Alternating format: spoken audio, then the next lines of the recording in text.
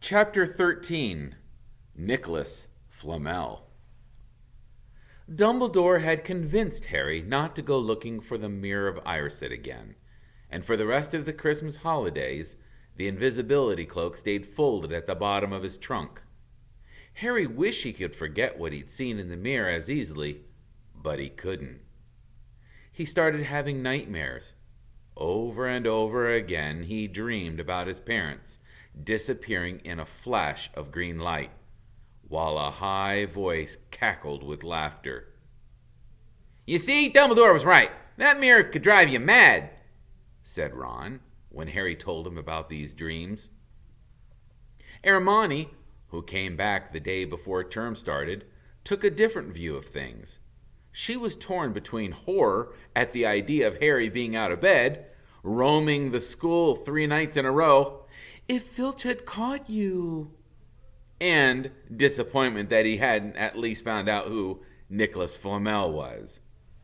They had almost given up hope of ever finding Flamel in a library book, even though Harry was still sure he'd read the name somewhere. Once term had started, they were back to skimming through books for 10 minutes during their breaks. Harry had even less time than the others because Quidditch practice had started again.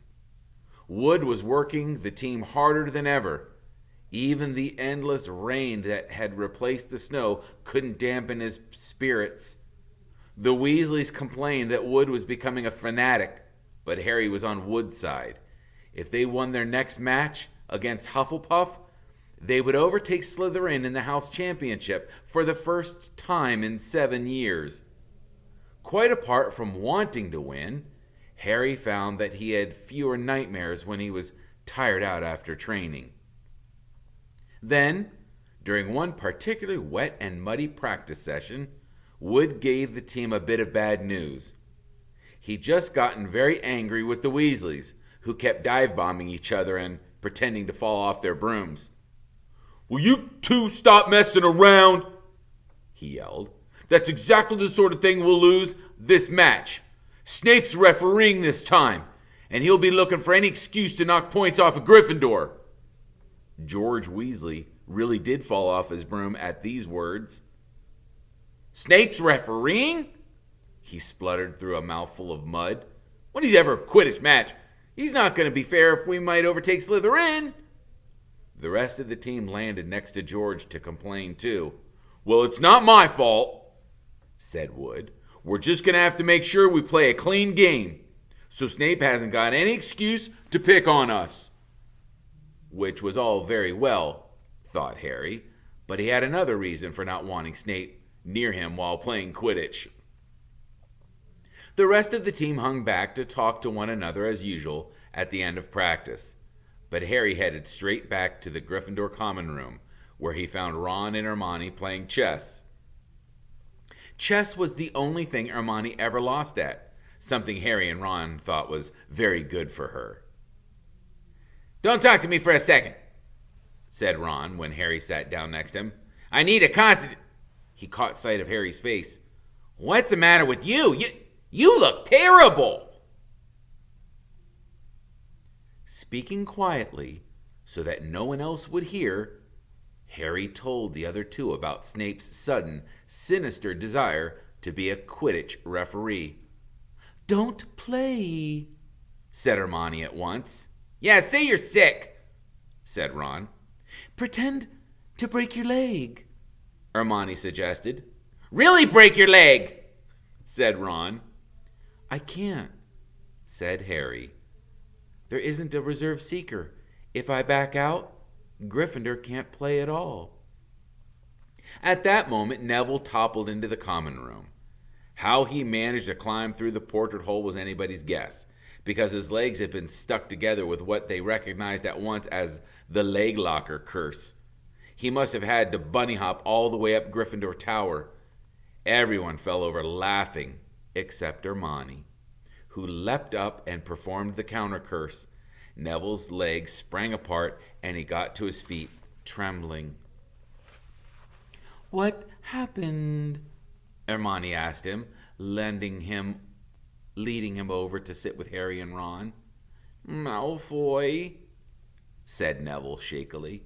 "I met him outside the library, and he said he'd been looking for somebody to practice that on." "Go to Professor McGonagall," Hermione urged Neville. "Report him." Neville shook his head. "I don't want more trouble," he said. "You got to stand up to him, Neville," said Ron. "He's used to walking all over people, but that's no reason to lie down in front of him and make it easier." "There's no need to tell me I'm not brave enough to be in Gryffindor. Malfoy's already done that," Neville choked out.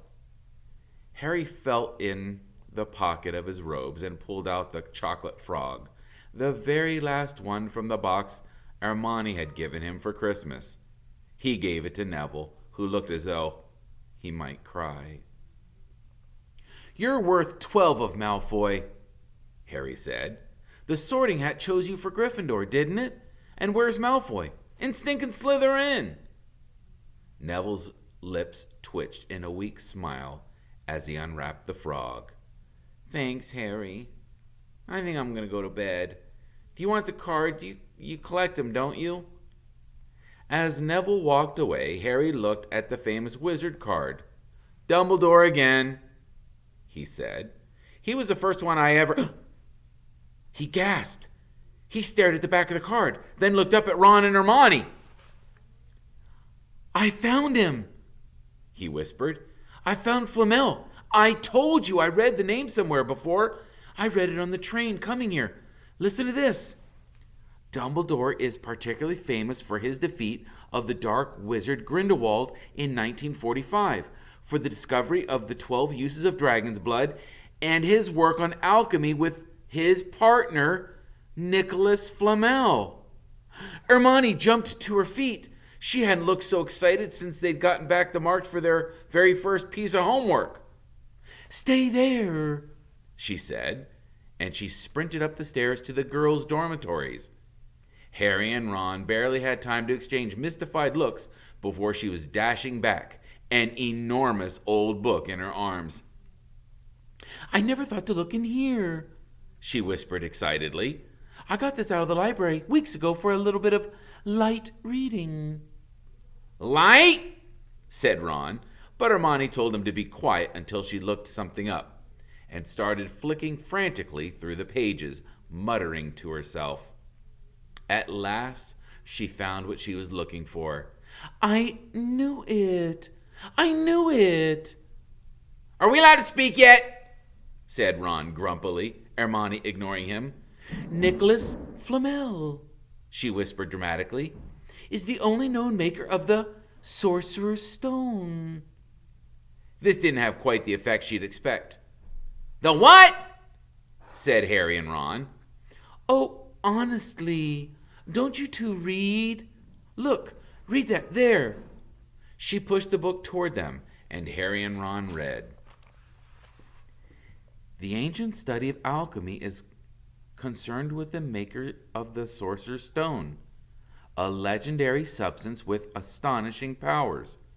The stone will transform any metal into pure gold. It also produces the elixir of life, which will make the drinker immortal. There have been many reports of the Sorcerer's Stone over the centuries, but the only stone currently in existence belongs to Mr. Nicholas Flamel, the noted alchemist and opera lover. Mr. Flamel, who celebrated his 665th birthday last year, enjoys a quiet life in Devon with his wife, Pernelli, who is 658. "See?" said Hermione, when Harry and Ron had finished. "The dog must be guarding the Flamel's Sorcerer's Stone. I bet he asked Dumbledore to keep it safe for him, because they're friends and he knew someone was after it. That's why he wanted the stone moved out of Gringotts." "A stone that makes gold and stops you from ever dying?" said Harry. "No wonder Snape's after it. Anybody would want it." "Yeah, no wonder we couldn't find Flamel in Study of Recent Developments in Wizardry," said Ron. "He's not exactly recent if he's 665, is he?"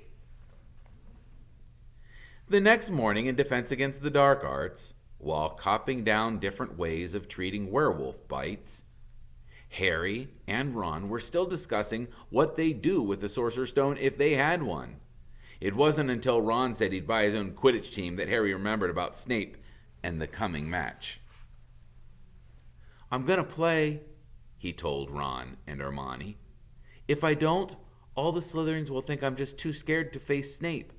I'll show them. It'll really wipe the smiles off their faces if we win. Just as long as we're not wiping you off the field," said Hermione. As the match drew nearer, however, Harry became more and more nervous, whatever he told Ron and Hermione. The rest of the team wasn't too calm either.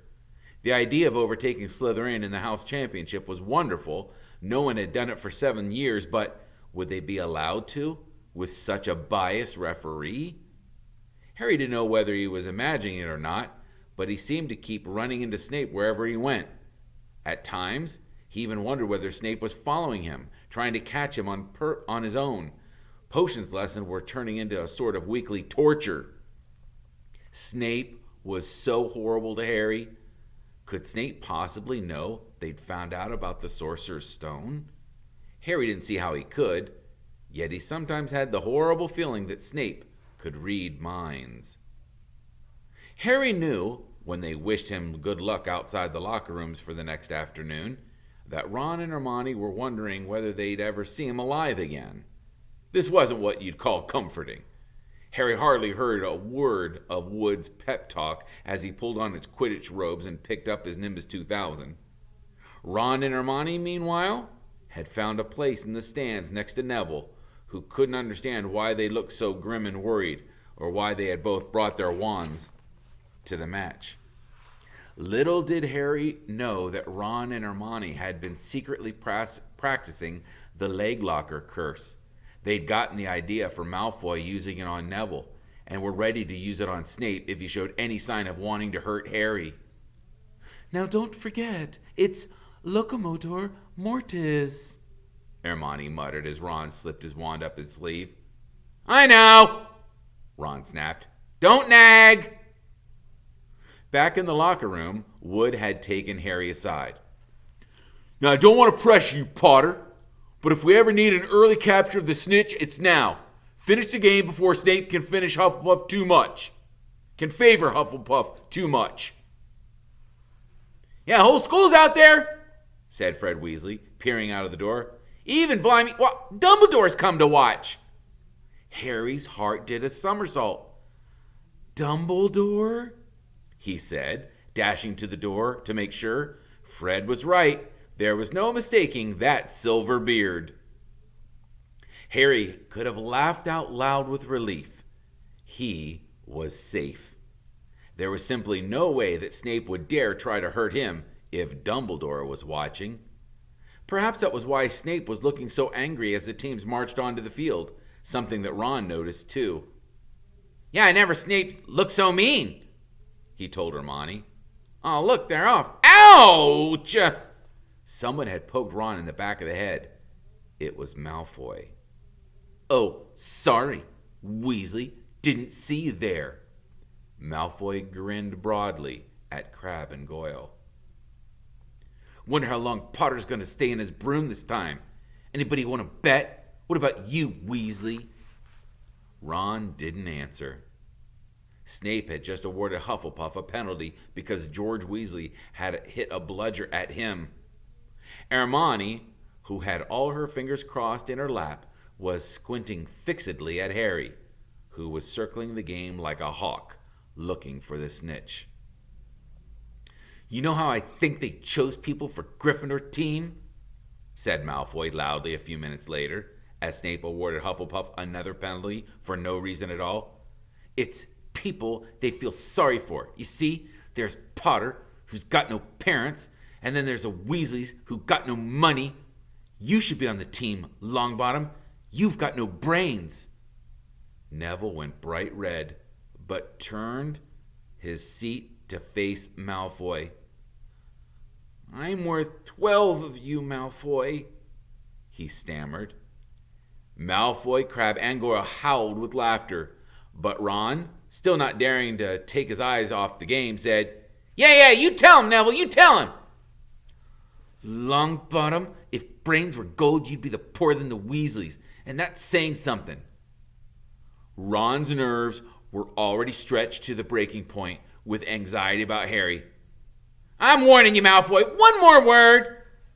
Ron, said Hermione suddenly. Harry! What? Where? Harry had suddenly gone into a spectacular dive, which drew gasps and cheers from the crowd. Hermione stood up, her crossed fingers in her mouth, as Harry streaked toward the ground like a bullet.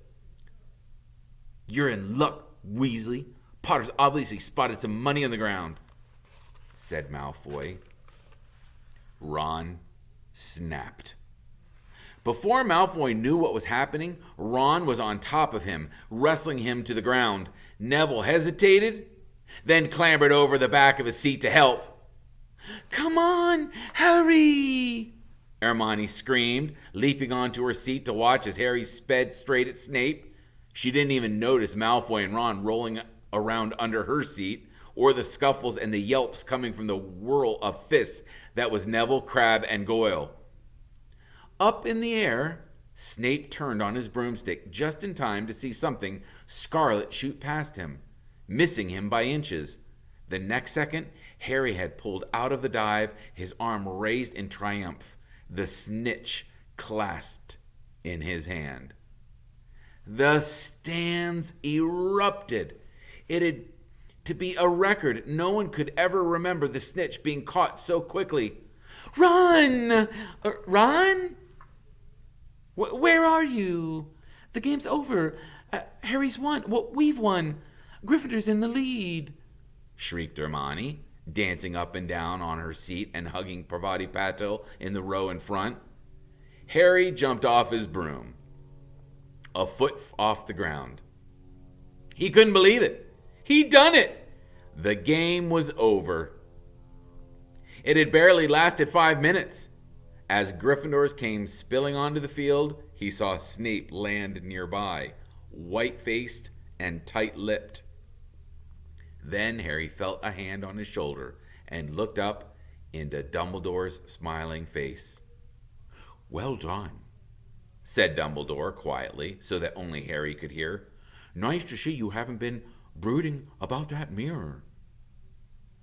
Been keeping busy. Well, excellent. Snape spat bitterly on the ground. Harry left the locker room alone sometime later to take his Nimbus 2000 back to the broom shed. He couldn't ever remember feeling happier. He'd really done something to be proud of now. No one could say he was just a famous name anymore. The evening air had never smelled so sweet. He walked over the damp grass, reliving the last hour in his head, which was a happy blur. Gryffindors running to lift him onto their shoulders, Ron and Hermione in the distance jumping up and down, Ron cheering through a heavy nosebleed. Harry had reached the shed. He leaned against the wooden door and looked up at Hogwarts, with its windows glowing red in the setting sun. Gryffindor in the lead. He'd done it. He'd shown Snape. And speaking of Snape, a hooded figure came swiftly down the front steps of the castle. Clearly not wanting to be seen, it walked as fast as possible toward the Forbidden Forest. Harry's victory faded from his mind as he watched. He recognized the figure's prowling walk. Snape, sneaking into the forest while everybody else was at dinner. What was going on? Harry jumped back on his Nimbus 2000 and took off. Gliding silently over the castle, he saw Snape enter the forest at run. He followed. The trees were so thick he couldn't see where Snape had gone. He flew in circles, lower and lower, brushing the top of branches of trees until he heard voices. He glided toward them and landed noiselessly in a towering beech tree. He climbed carefully along one of the branches, holding tight to his broomstick, trying to see through the leaves. Below, in a shadowy clearing, stood Snape. But he wasn't alone. Quirrell was there too. Harry couldn't make out the look on his face, but he was stuttering worse than ever. Harry strained to catch what they were saying. Don't know what you want to meet me here of all places, Severus. Oh, I thought we'd keep this private, said Snape, his voice icy. Students aren't supposed to know about the Sorcerer's Stone, after all. Harry leaned forward. Quirrell was mumbling something. Snape interrupted him. Have you found out how to get past the beast of Hagrid's yet? But Severus, I... You don't want me as your enemy, Quirrell, said Snape, taking a step toward him. I don't know what you... You know perfectly well what I mean. Who? An owl hooted loudly, and Harry nearly fell out of the tree. He steadied himself in time to hear Snape say, Your little bit of hocus pocus. I'm waiting. But I don't... Very well, Snape cut in. We'll have another little chat soon when you've had time to think things over and decide where your loyalties lie. He threw his cloak over his head and strode out of the clearing. It was almost dark now, but Harry could see Quirrell standing quite as still as though he was petrified. Harry, where have you been? Hermione squealed. Yeah, we won! You won! We won! Shouted Ron, thumping Harry on the back. And I gave Malfoy a black eye, and Neville tried to take on Crabbe and Goyle single-handed. He's still out cold, but Madame Pomfrey says he'll be all right. Talk about showing Slytherin. Everybody's waiting for you in the common room. We're having a party! Fred and George got some cakes and stuff from the kitchens. Never mind that. Right now, said Harry breathlessly. Let's find an empty room. You wait till you hear this. He made sure Peeves wasn't inside before shutting the door behind them. Then he told them what he had seen and heard. So we were right.